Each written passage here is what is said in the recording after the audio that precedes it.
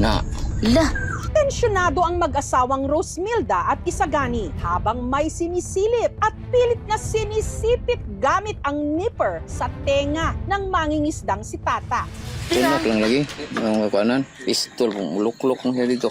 Ato sa kamputlo ng tunok, no? Pero sa tuwing sinusubukan nilang pugutin ang nasa tenga ni Tata, agay. napapailing siya sa sakit. Agwantahon na lang ang tunok. Kumikislot-kislot pa raw kasi ito. Sa loob kasi ng kanyang tenga, may sumuksok na buhay na isda. Agay. Anong isda ito?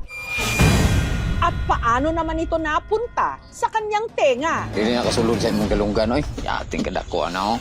Sa pagkakataong ito, ang tinik wala sa dibdib, nasa loob mismo ng tenga. Na, La, Napakapambihira, pero nangyari. Isda na buhay nagsumiksik sa tenga ng mangingisda.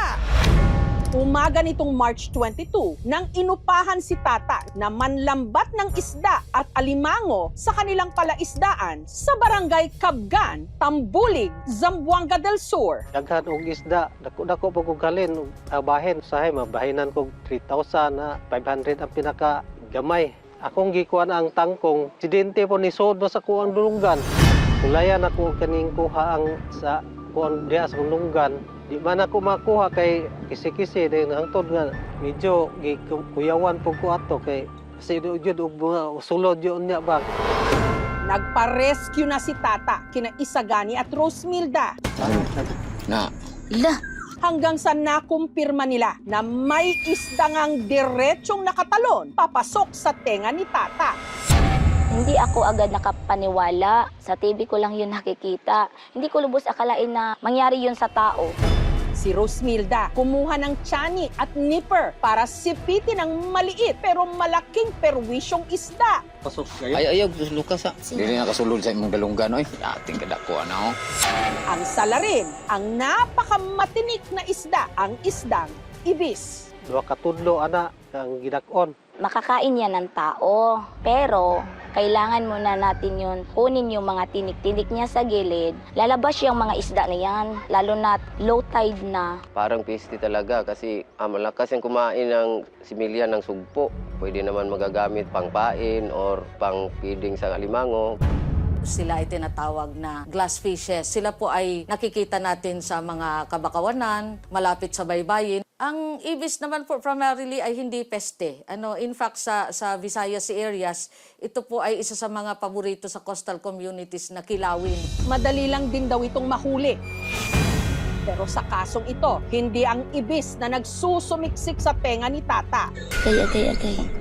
Kani magyayang kuan o tunok sa kuan Kanang ba? tungnok niyang kanang taas ba? Sa tuwing sinusubukan kasi nilang sipitin ang buntot ng ibis, imbes na mahila nila ito palabas, lalo itong sumusuot paloob. Tapos tunok na babaw mo sakit ka na kay taas.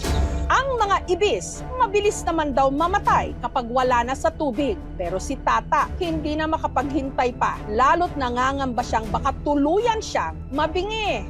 Kuyawan po ko kay pasinaw niya og yun og masulod. Kay magsige magyug siya glihok yun mo suksok man gyud siya sa ilalom.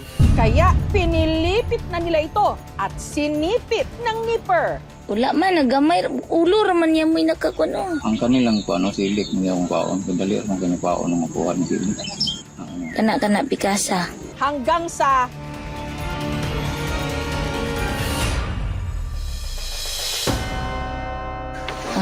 Nakuha ra jud. Ibis. Ibis no? Dako. Oh, dako yaw.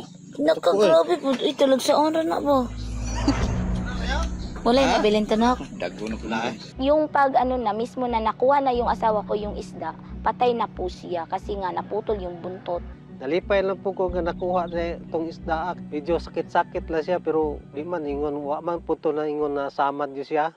Hi po! Good afternoon! Dr. Sanggahid ko.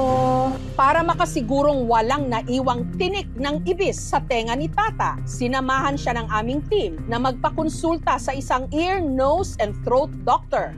Upon checking po on otoscopy, wala na pong sugat. Kasi if ever nagkasugat man siya, wala na. It's totally healed. Kunyari, hindi siya natanggal. Or if mas malaki yung foreign body, tapos forcefully siya pinul out, magkakause siya ng injuries sa outer ear, which would cause pain. So, pag hindi na-treat, pwede din siya mag-infect. Kung nalipay lang po ko nga, wala yung diferensya, wala rin yun dito nasamad ang kong lunggan.